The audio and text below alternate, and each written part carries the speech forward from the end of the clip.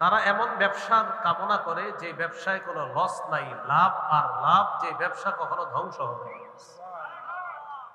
নিয়মিত কোরআন তেলাওয়াত, নিয়মিত ৫ ওয়াক্ত নামাজ, নিয়মিত আল্লাহর রাস্তায় দান করা, এর ১ নাম্বার উপকার, এই ব্যবসায় কোনো লস নাই। ২ নাম্বার উপকার, লিইউয়াফিয়াহুম উজুরাহুম, আল্লাহ যেন তাদেরকে পরিপূর্ণ প্রতিদান দান করেন। আল্লাহ এই ৩ গুণ সম্পন্ন মানুষকে পরিপূর্ণ প্রতিদান দিবেন।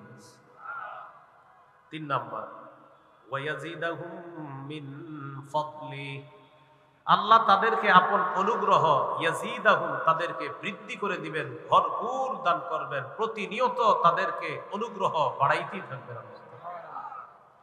তাহলে নিয়মিত কয়ামত, কোরআন তেলাওয়াত, ৫ ওয়াক্ত নামাজ, আর সাধ্য অনুযায়ী দান সদকা করা।